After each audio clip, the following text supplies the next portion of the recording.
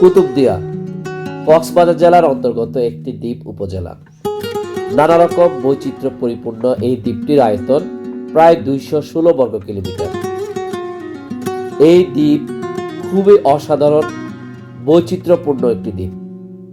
ধারণা করা হয় চতুর্দশ শতাব্দীর শেষের দিকে সাগরের বুকে কুতুবদিয়া দ্বীপ জেগে ওঠে, আর এই দ্বীপে মানুষের পদচারণা শুরু হয় পঞ্চদশ শতাব্দীর শেষের দিকে। কুতুবউদ্দিন নামে এক ফরেস্টগার ব্যক্তি এই দ্বীপে আস্তানা স্থাপন করেন। পরবর্তীতে আরাকান থেকে বিতাড়িত মুসলমানরা যখন এই দ্বীপে আসতে শুরু করে, তখন কুতুবউদ্দিন এদের আশ্রয় প্রদান করেন। শ্রদ্ধার নিদর্শন হিসাবে কুতুবউদ্দিনের নামানুসারেই এই দ্বীপের নাম রাখা হয় কুতুবউদ্দিনের দিয়া, যা পরবর্তীতে কুতুবদিয়া নামে পরিচিতি লাভ করে। তো এই দ্বীপে কিভাবে যাবেন, কোথায় খাবেন, কোন কোন জায়গায় ঘুরবেন, সবগুলোর বিস্তারিত থাকছে আজকের এই ভিডিওতে।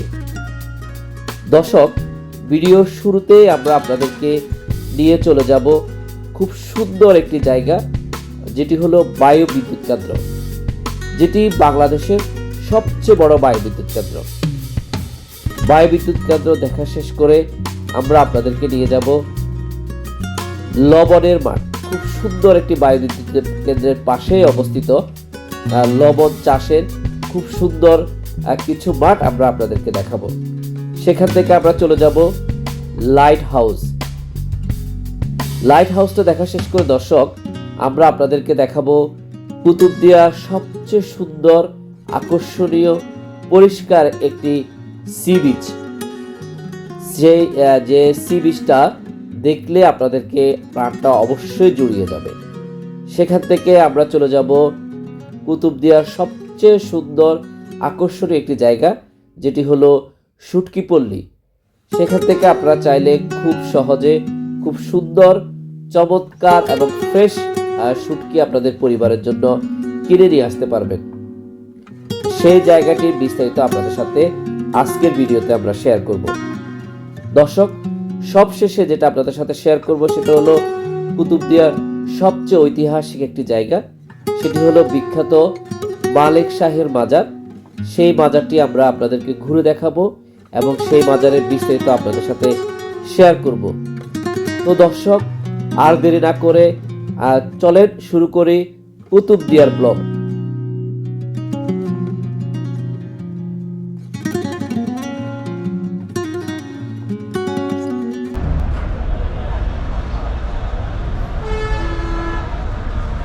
দর্শক, শুভ সকাল সবাইকে। আমরা এখন আছি নতুন ব্রিজ এসালাম কাউন্টারের সামনে। সেখান থেকে আমরা জনপ্রতি 180 টাকা টিকিট কেটে আমরা পেকুয়া মগনামা ঘাটের উদ্দেশ্যে রওনা দিলাম। সেখান থেকে আমরা চলে যাব কুতুবদিয়া উদ্দেশ্যে।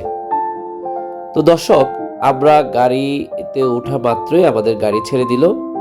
আমরা সকাল ভোরে সূর্য উঠছে ঠিক এরকম অবস্থায় আমরা খুব সুন্দর একটা ফ্রেশ ওয়েদারে আমরা চট্টগ্রামের নতুন ব্রিজ পার হলাম। নতুন ব্রিজ পার হওয়ার পরেই খুব লম্বা একটা ঘুম দিয়ে আমরা পৌঁছে গেলাম পেকুয়া মগনামা বাজারের খুবই কাছাকাছি। কিছুক্ষণের মধ্যে আমরা মগনামা ঘাটের যে মগনামা বাজার, আমরা সেই বাজারে নামবো এবং সেখানে নেমে আমরা একটু ফ্রেশ হয়ে সকালে নাস্তা করেই আমরা চলে যাব মগনামা ঘাট। সেখান থেকে আমাদের কুতুবদিয়ার জার্নি শুরু হবে। তো দর্শক, আমরা কিছুক্ষণের মধ্যে আমরা সেখান থেকে নামলাম। এখন আমরা আছি একদম মগনামা বাজারের মূল পয়েন্টে। দর্শক, শুভ সকাল সবাইকে। আমরা আছি এখন পেকুয়া মগনামা। আমরা চিরং থেকে আসছি, যাব কুতুবদিয়ার দর্শনীয় জায়গাগুলো ঘুরবো এবং সেগুলো আপনাদেরকে দেখানোর চেষ্টা করব। সারাদিন কুতুবদিয়া থাকবো। আমাদের সাথে ভিডিওর একদম শেষ পর্যন্ত থাকবেন। আশা করি কুতুবদিয়া ব্লগটি আপনাদের অনেক বেশি ভালো লাগবে। আপনারা চিরং থেকে আসলে আপনারা যদি কুতুবদিয়া যেতে চান, সেক্ষেত্রে আপনাদেরকে আসতে হবে মগনামা ঘাট।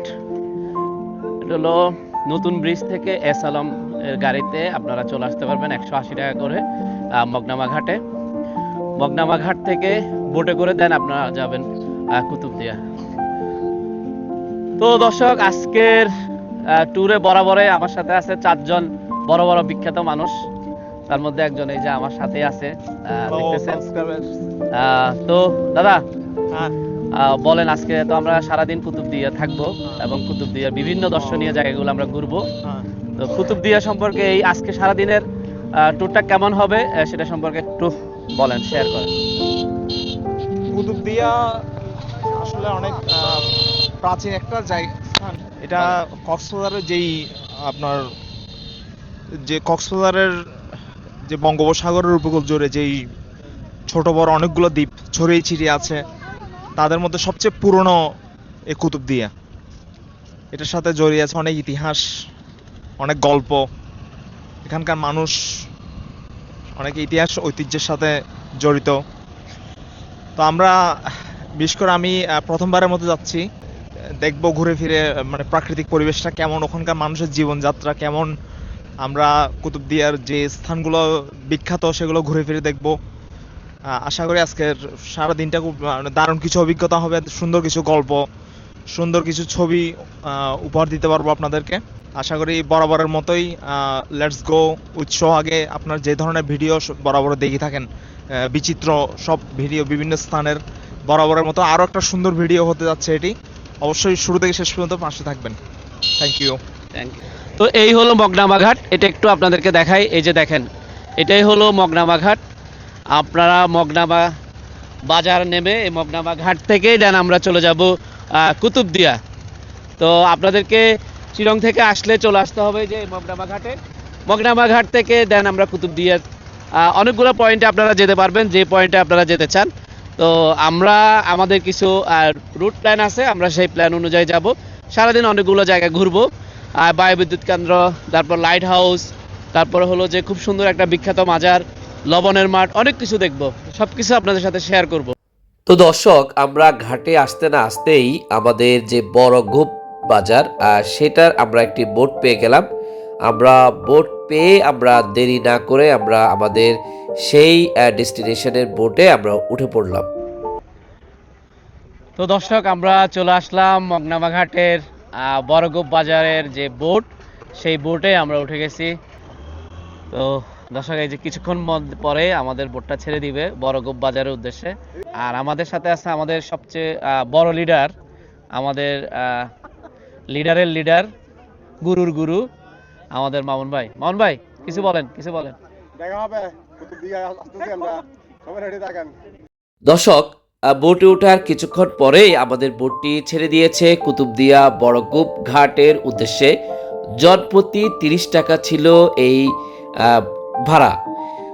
দর্শক, একটা কথা বলে রাখি, এই কুতুবদিয়া চ্যানেলটি বর্ষাকালে খুব বেশি রাফ থাকে।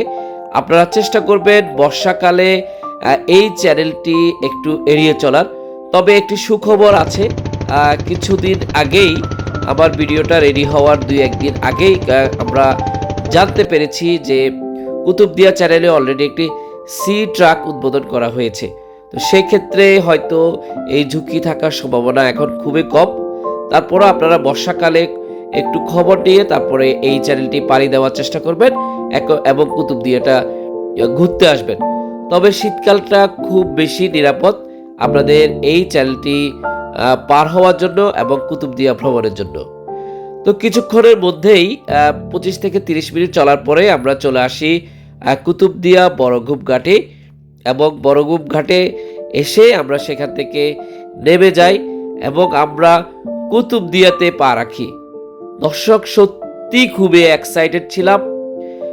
অনেক বছর পরে আবার সেই প্রিয় জায়গা সেই কুতুবদিয়াতে আমরা নামতে পেরেছি। সত্যি খুবই মুগ্ধ হয়ে গেলাম। বড়গুপ ঘাটে নামার পরেই দর্শক, যে দৃশ্যগুলো আমরা দেখলাম সত্যি অসাধারণ। এত সুন্দর ন্যাচারাল প্রাকৃতিক পরিবেশ, দর্শক, আপনি যদি ভ্রমণ না করেন, আপনি যদি কুতুবদিয়াতে না যান, আপনি সত্যি মিস করবেন। তো চলেন একটু অনুভূতিগুলো শুনে আসি। দর্শক, আমরা মগনামা ঘাট থেকে বড়গুপ ঘাট, যে বড়গুপ ঘাটে কুতুবদিয়ার বড়গুপ ঘাটে আমরা নামলাম। একটু দেখাই আপনাদেরকে, একটু ঘুরে দেখাই। দেখেন তো এই বড়গুপ ঘাট থেকে আমরা একটা রিজার্ভ অটো নেওয়ার চেষ্টা করব। যদি না পাই আমরা লোকালে যাব। আমরা চলে যাব বায়ুবিদ্যুৎ, তারপর লবণের মাঠ, ওই জায়গাগুলো দেখে আমরা চলে যাব লাইট হাউস। সারাদিনের জন্য একটা গাড়ি কত ভাড়া নেয় সেটা আপনাদের সাথে শেয়ার করব।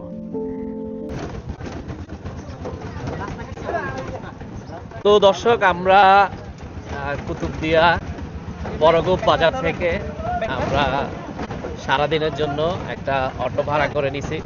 আমাদের সাথে ছোট ভাই আছে। ছোট ভাই, তোমার নামটা কি? রবিন। তো রবিনের মোবাইল নাম্বার এবং আমি ডেসক্রিপশনে দিয়ে দিব, আপনারা চাইলে রবিনরে নিয়ে এসে কুতুবদিয়া ঘুরতে পারবেন। আমরা সারাদিনের জন্য 700 টাকা, আরও আমাদের সাথে সারাদিন থাকবে, আমাদেরকে আবার দরবার ঘাটে নামাই দিবে।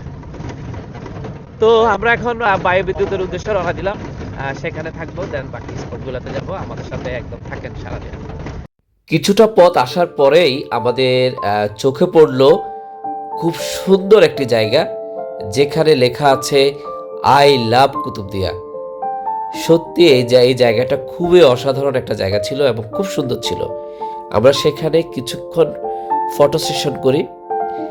এরপরে আরেকটা জায়গা চোখে পড়লো, সেটি হলো কুতুবদিয়ার গেট, যেখানে খুব সুন্দর করে লেখা আছে কুতুবদিয়া উপজেলা এবং বাতিঘরের পুরনো বাতিঘরের একটি মুরাল এখানে রয়েছে। তো দর্শক, সেই জায়গাতেও আমরা কিছুটা ছবি তুলি এবং খুব সুন্দর কিছু টাইম স্পেন্ড করি। সেখান থেকে আমরা চলে আসি কুতুবদিয়া স্টেডিয়াম। চলেন সেটা একটু আপনাদেরকে দেখে আসি। কুতুবদিয়া স্টেডিয়াম, কুতুবদিয়া স্টেডিয়ামটা দেখেন, একটু আপনাদেরকে দেখাই। একদম ফুল ন্যাচারাল গ্রামীণ একটা জায়গা।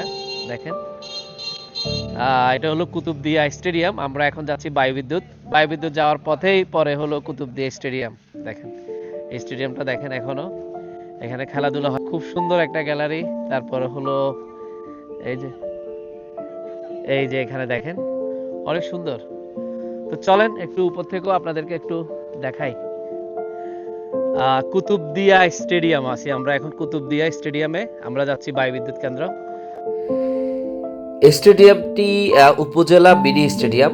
সেই স্টেডিয়ামটি দেখা শেষ করেই আমরা আবার আমাদের গাড়িতে উঠি, যেহেতু আমাদের গাড়িটি সারাদিনের জন্য রিজার্ভ করা ছিল। আমরা কিছুক্ষণ যাওয়ার পরে আমরা চলে আসি সেই বাংলাদেশের বিখ্যাত বায়ুবিদ্যুৎ কেন্দ্র, যেটি কুতুবদিয়া উপজেলায় অবস্থিত এবং এটি একটি নবায়নযোগ্য জ্বালানি প্রকল্প, যা দেশের প্রথম বায়ুবিদ্যুৎ কেন্দ্রগুলোর একটি হিসেবে পরিচিত, যেখানে 50টি টারবাইন প্রথম ইউনিট এবং পরে আরও 20টি টারবাইন দ্বিতীয় ইউনিট স্থাপন করা হয়, যা মূলত 1000 মেগাওয়াট বিদ্যুৎ উৎপাদন সক্ষমতা নিয়ে শুরু হয়েছিল। কিন্তু বিভিন্ন সমস্যার কারণে এটি বাণিজ্যিক উৎপাদনে যাওয়ার জন্য সফল ছিল না, যদিও এটি দ্বীপ উপজেলায় বিদ্যুৎ সরবরাহ ও পর্যটন আকর্ষণ হিসেবে গুরুত্বপূর্ণ ভূমিকা রাখে। তো দর্শক, সেখানে চলেন আপনাদেরকে একটু দেখাই আসি। দর্শক, এই যে আমরা চলে আসলাম এখন কুতুবদিয়া বায়ুবিদ্যুৎ কেন্দ্র। দেখেন আমরা এখন যে পাশটাতে আছি সেটা হলো বায়ুবিদ্যুতের নতুন কেন্দ্রটা, আর ঠিক আমার পিছনে একদম দূরে যেটা দেখতে পাচ্ছেন সেটা হলো বায়ুবিদ্যুৎ পুরনো কেন্দ্রটা। বাট এই কেন্দ্রটা এখন সচল না, যেহেতু এখন এখানে বিদ্যুৎ আসছে কুতুবদিয়াতে, সেজন্য এখন এই কেন্দ্রটা অকেজো পড়ে আছে। বাট এটা এর আগে হলো এখান থেকে বিদ্যুৎ উৎপাদন হতো, এবং আমি যতটুকু জানি সেটা হলো এই বায়ুবিদ্যুৎ কেন্দ্রটি বাংলাদেশের সবচেয়ে বড় বায়ুবিদ্যুৎ কেন্দ্র ছিল। এর পাশেই হলো যে সাগর, দেখেন এই বেড়িবাঁধের পরে হলো বঙ্গোপসাগর। একটু আগে বলছিলাম আপনাদেরকে যে আমরা লবণ এবং বায়ুবিদ্যুৎ কেন্দ্রের কাছে আছি, লবণের মাঠ। তো এই যে দেখেন, এই হলো লবণ। এই যে দেখেন, যে লবণের ধুন বলে, লবণের যেখানে লবণ চাষ করা হয়, এখানে দেখেন এই যে বিভিন্ন ধরনের পলিথিন দিয়ে এখানে করা আছে।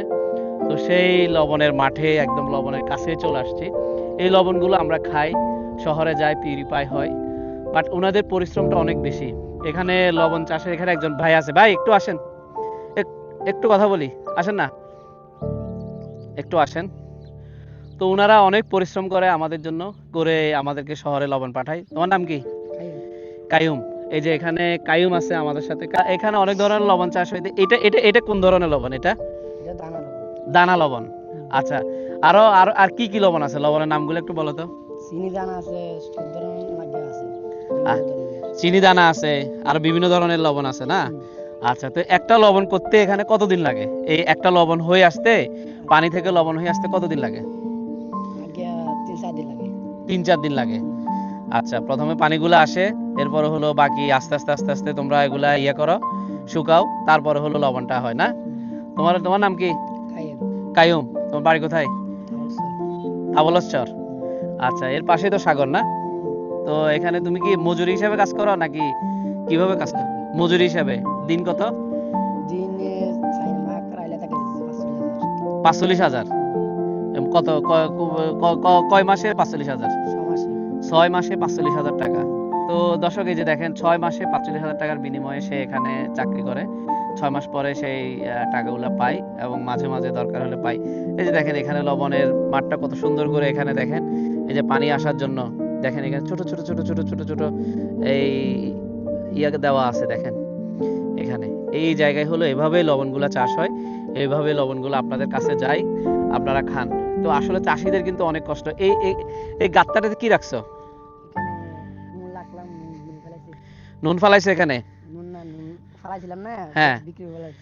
বিক্রি করেছো। এখানে এখানে কত মন লবণ রাখা যায়? লবণ রাখা যায় না, পানি রাখা যায়। পানি রাখা যায়। আচ্ছা আচ্ছা। ওই গাত্তা করলে লবণ রাখা, যে লবণ কি এভাবে রাখে না মাটির নিচে রাখে? মাটির নিচে কোথায় রাখে একটু দেখাতে পারবা? ওই যে সামনে মাটির নিচেও দর্শক, এই যে লবণ চাষ করে মাটির নিচে রাখা হয়। তো সেটা একটু আপনাদেরকে দেখাই, যে লবণগুলা কিভাবে মাটির নিচে রাখে, সেটা একটু আপনাদের সাথে শেয়ার করি। তো দর্শক, এই যে দেখেন, এই যে এখানে কত মন লবণ আছে? 1000 মন। গর্ত এটা অনেক বড় দর্শক, কল্পনা করা যায়? এই জায়গায় এইটার ভিতরে 1000 মন লবণ আছে। 1000 মন। এটা আপনার আর আমার কল্পনার বাইরে। তো দেখেন, এখানে 1000 মন, 1000 মন লবণ আছে। তো এখান থেকে লবণগুলা তোলা হয়, আবার এগুলা শহরে পাঠানো হয়, সেখান থেকে পিউরিফাই হয়, দেন আপনি আর আমি খাই। বাট ওনাদের কষ্টটা অনেক। ভাইয়া, তুমি যেটা করতেছো এটার নাম কি? হ্যাঁ, গড়া। গড়া। তো দর্শক, এই যে ও গড়া করতেছে, এই যে এখানে দেখেন, সে গড়া করতেছে, গড়া। এই এটা কতবার করা লাগবে এরকম এই মাঠে? হ্যাঁ, দেখি একটু একটু দাও তো। আমি নামলে কোনো সমস্যা আছে? না না। তো দর্শক, এই যে দেখেন, কৃষকের কি পরিমাণ পরিশ্রম হয়। এই যে আমার পাশে একজন কৃষক আছেন, কি পরিমাণ কৃষকের পরিশ্রম হয় লবণ তৈরি করতে। বাট আপনি আর আমি শহরে বসে খাই। আর এখানে দেখেন, এই যে দর্শক দেখেন, এটা একটু লাগাই দাও তো ভাইয়া।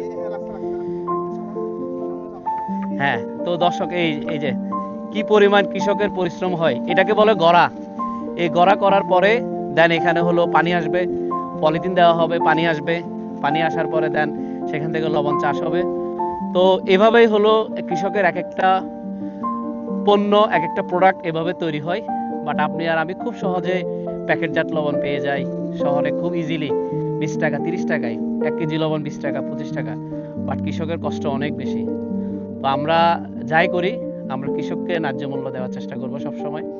আর কৃষকের ফসলের কষ্টটা আমরা বোঝার চেষ্টা করব। দেখেন, অনেক কষ্ট। এই যে একটা ঘোড়া টানা অনেক কষ্ট। দেখেন দর্শক, যে আমি কিন্তু পারতেছি না। দেখেন দর্শক, আমার বারবার খুলে যাচ্ছে, পারতেছি না। বাট একটা কৃষক খুব সহজে করতেছে। তো এই যে দেখেন এই গড়াটা। তো দর্শক, এই লবণের মাঠ থেকে আমরা কুতুবদিয়া আসি, লবণের মাঠে। এই যে যেখানে গড়া করতেছে এখানেই আসি আমরা। এখান থেকে আরো অনেকগুলো জায়গা আপনাদেরকে দেখাবো। আমি আবারও বলি, কৃষকের শ্রমের টাকা তার ঘাম মোছার আগে অবশ্যই পরিশোধ করে দিবেন, আর কৃষকের ফসলের ন্যায্য মূল্য দিবেন। দর্শক, খাদ্যসহ বিভিন্ন শিল্পে ব্যবহার ছাড়াও লবণ মানবদেহের এমন একটি গুরুত্বপূর্ণ পুষ্টি উপাদান, যার নির্দিষ্ট মাত্রায় হেরফের হলে মস্তিষ্ক, কিডনি, হৃদযন্ত্রের মতো অঙ্গ বিকল সহ জীবন সংশয় পর্যন্ত হতে পারে। তো সেই লবণ যেখানে উৎপাদন হয় সেটা দেখে আমরা চলে আসি বরঘুপ বাজারে। সেখানে যে রেস্টুরেন্টটি এখন দেখতে পাচ্ছেন দর্শক, সেখানে আমরা দুপুরের খাওয়া দাওয়া করি কুতুবদিয়ার খুব সুন্দর কিছু সুস্বাদু মাছ দিয়ে, এবং আমরা সেখান থেকে আমরা চলে যাই পাশেই বিশাল সমুদ্র সৈকত। দর্শক, এই সৈকতটি সত্যি এক কথায় বললে কক্সবাজারের সৌন্দর্যের তুলনায় তেমন কম হবে না। পর্যটকদের আনাগোনা কম হওয়ায় এটি একটি নির্জন ও নিরিবিলি সৈকত। প্রায় 22 থেকে 23 কিলোমিটার দীর্ঘ বালুকাময় সৈকত, যা পর্যটকদের জন্য একটি চমৎকার নিরিবিলি পরিবেশ। সৈকতের পাড়ে গাংচিলের উড়াউড়ি এবং লাল কাঁকড়ার দল পর্যটকদেরকে মুগ্ধ করবেই।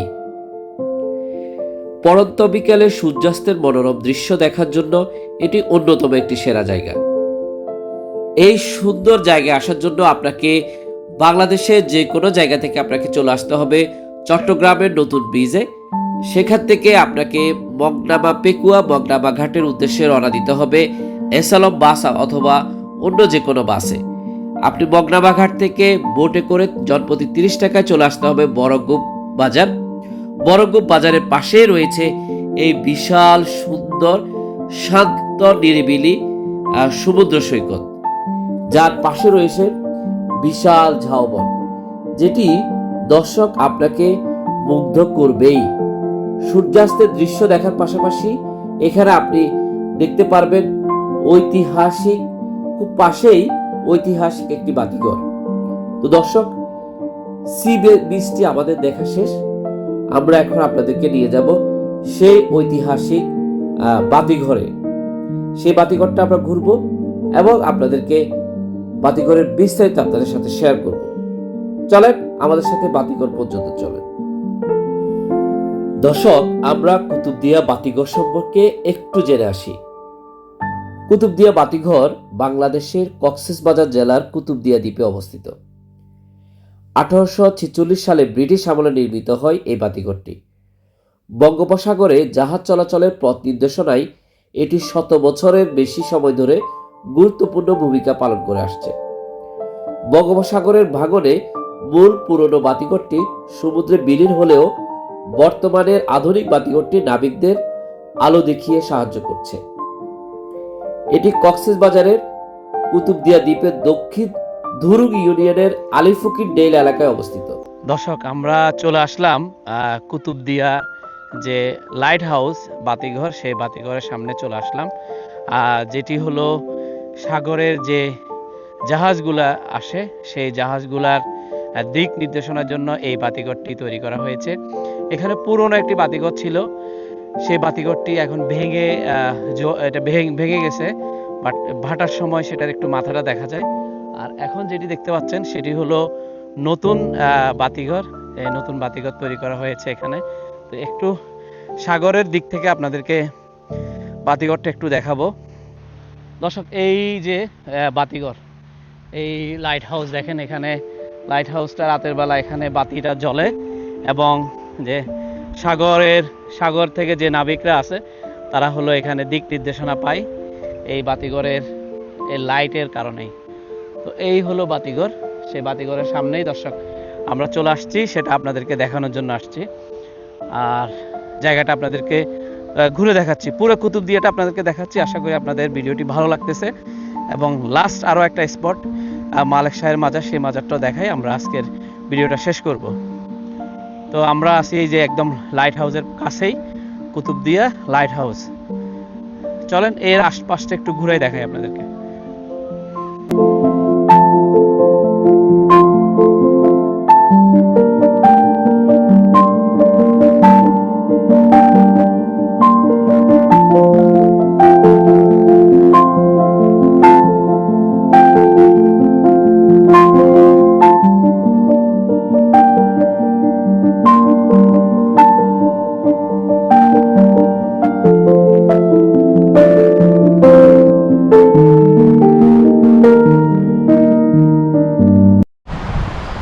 দর্শক এই যে আমার সাথে আছে এই যে ক্ষুদে ভক্তরা, এটা হলো কুতুবদিয়ার ক্ষুদে ভক্তরা, তারা এই যে চলে আসছে আমাকে দেখে। তো তাদের জন্য, তাদেরকে দেখার জন্য এই চ্যানেলটা দেখবেন, বেশি বেশি সাবস্ক্রাইব করবেন এবং সুন্দর সুন্দর ভিডিওগুলো পাবেন। তোমার নাম কি? তাওসিফ। তাওসিফ। তোমার? তাহমিদ। তাহমিদ। তোমার?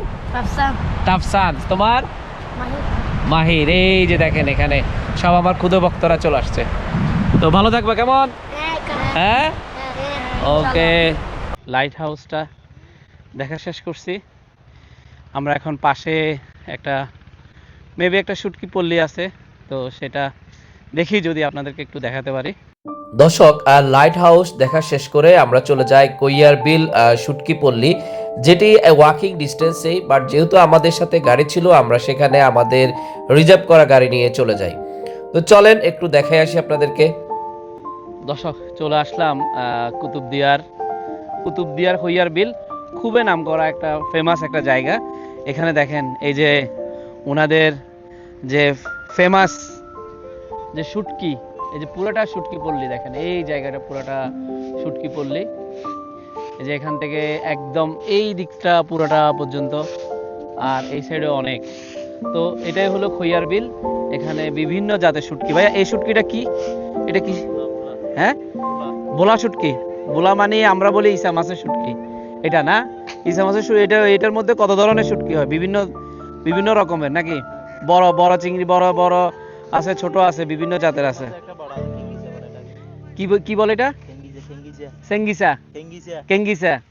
আচ্ছা, তো আচ্ছা তো দর্শক এই যে দেখেন এখানে শুটকির, এই যে দেখেন উনি শুটকি এই যে এখানে ইয়া দিছে, দেখেন এই যে ভাই এখানে দেখেন এই যে শুটকির এখানে বড়গুলো এখানে পড়বে, ছোটগুলো ওইদিকে চলে যাবে, যদি ধুলাবালি থাকে সেটাও চলে যাবে। তো দেখেন এই হলো শুটকির পল্লীতে এই যে সবাই শুটকি নিয়ে ব্যস্ত। দেখেন খুব সুন্দর একটা জায়গা, এবং এটাই হলো কুতুবদিয়াবাসীর আপনার লবণ প্লাস শুটকি প্লাস মাছ ধরা। এটা হলো কক্সবাজারের ভাই বলতেছে, কক্সবাজারের নাজিরাটাকে যে শুটকি সবাই বলে, সে শুটকির চাইতেও এখানকার শুটকিগুলো অনেক ভালো। আসলে এই যে আমাদের এগুলো কি ভাইয়া শুটকি নাকি? আচ্ছা দর্শক এই যে দেখেন এই শুটকি আসতেছে, এই যে বিভিন্ন রকমের শুটকিগুলো এখানে আসতেছে, ওনারা দিচ্ছে ওগুলো। ভাইয়া ওগুলো কি ওইদিকে শুকাইছেন নাকি? ওইদিকে শুকাই এখন আবার এখানে নিয়ে আসছেন, এখানে আবার পরিষ্কার করবেন, এটাকে প্রসেসিং করা হবে। আচ্ছা আচ্ছা, প্রসেসিং করে এগুলো কি প্যাকেট করে পাঠাই দেন নাকি এভাবে বস্তা করে পাঠাই দিয়ে দেন? ওই যে সামনে যে বস্তাগুলো হইতেছে, কোথায় যায় ভাইয়া এই শুটকিগুলো? কোথায় যায়? চিটাং যায়, শহরে বিভিন্ন জায়গায় যায় না, ঢাকায় যায়। তো দর্শক এই যে দেখেন ওনাদের লাইফস্টাইলটা কত কষ্টের। আমরা ওনারা কত কষ্ট করে শুটকিগুলো করে, আমরা এই শুটকিগুলাই খাই, আমরা কিনে খাই, বাট আমরা বুঝতে পারি না আসলে কষ্টটা কেমন। দেখ আপনাদেরকে একটু ডিস্টার্ব করতে আসছি। এগুলো কি শুটকি আঙ্কেল? এগুলোর নাম কি? এগুলো মিক্সার না, বিভিন্ন জাতের মিক্সার। আচ্ছা আচ্ছা। তো দর্শক এই যে এখানে দেখেন বিভিন্ন রকমের শুটকি, এই যে এখানে আঙ্কেল এই যে, তো এই যে শুটকিগুলো এখানে প্রসেসিং চলতেছে, এখান থেকে চলে যাবে বাংলাদেশের বিভিন্ন জায়গায়।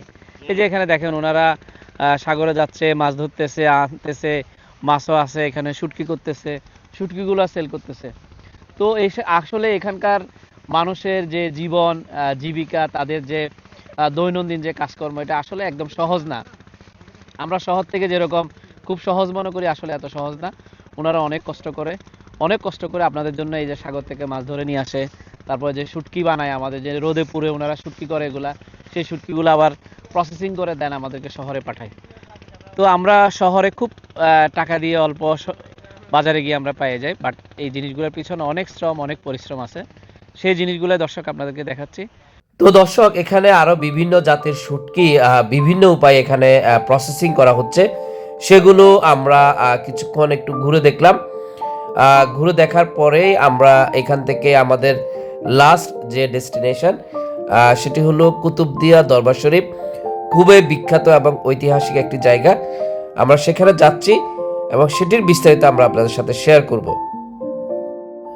দর্শক কুতুবদিয়া দরবার শরীফে আপনি যদি যেতে চান সেক্ষেত্রে আপনাকে চলে যেতে হবে দ্বীপের দুরুং এলাকায়। এই দরবারের প্রতিষ্ঠাতা শাহ আব্দুল মালেক আল কুতুবি 1911 সালে জন্মগ্রহণ করেন। তিনি ইন্তেকাল করেন 2000 সালের 11 ফেব্রুয়ারি। প্রতি বছর 7 ফাল্গুন শাহ আব্দুল মালেক আল কুতুবির মৃত্যুবার্ষিকীতে হাজার হাজার ভক্তের আগমন ঘটে এই কুতুবদিয়া দরবার শরীফে। হযরত আব্দুল মালেক শাহ আল কুতুবি রহমতুল্লাহ আলাইহি ছিলেন দুনিয়াবি মোহ মায়া থেকে সম্পূর্ণ বিচ্ছিন্ন একজন আউলিয়া। তিনি অপার দয়ালু, নিরঅহংকারী ও নির্মোহ মানুষ ছিলেন। তিনি বেশিরভাগ সময় খালি গায়ে থাকতেন এবং খুবই কম আহার গ্রহণ করতেন। তার জীবনের একমাত্র লক্ষ্য ছিল আল্লাহর ইবাদত করা ও মানবতার কল্যাণে কাজ করা। তিনি নিজেকে সবসময় সাধারণ মানুষের কাতারে রেখেছেন এবং দরিদ্র অসহায়দের পাশে দাঁড়িয়েছেন। শৈশব থেকে হযরত আব্দুল মালেক শাহ আল কুতুবি রহমতুল্লাহ আলাইহি কোরআন ও হাদিস অধ্যয়নে গভীর মনোনিবেশ করেন। তিনি ইসলামী শিক্ষা ও সুফিবাদের জ্ঞান অর্জনের জন্য দেশ বিদেশের বিভিন্ন আলেম ও সুফি দরবেশদের সান্নিধ্যে থেকেছেন। বিশেষত তিনি তাসাউফ ও আত্মশুদ্ধির গভীর প্রশিক্ষণ লাভ করেন এবং তার আধ্যাত্মিক জ্ঞান দ্বারা অসংখ্য ভক্ত ও অনুসারীকে ইসলামের সঠিক পথের দিশা তিনি দেখান।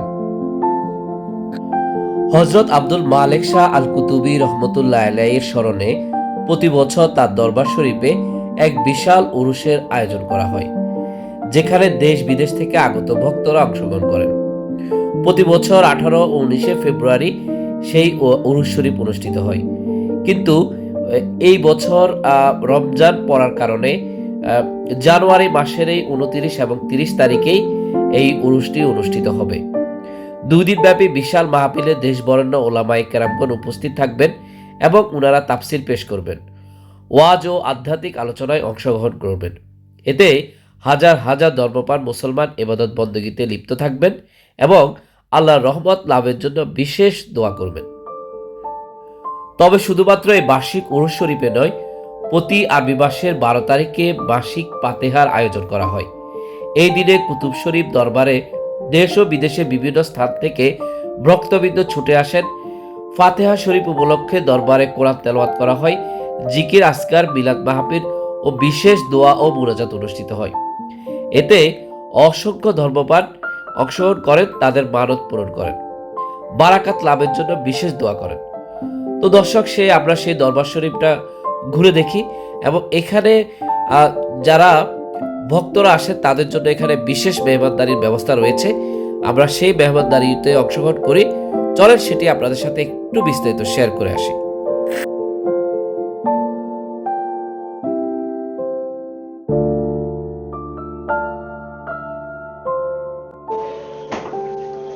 দর্শক, এই যে আমরা বিখ্যাত আমাদের দরবার শরীফ মালেক শাহ আল কুতুবি ওনার দরবারে দেখেন, এই যে আজকে শুক্রবারে জুমার দিনে কত সুন্দর ব্যবস্থা দেখেন।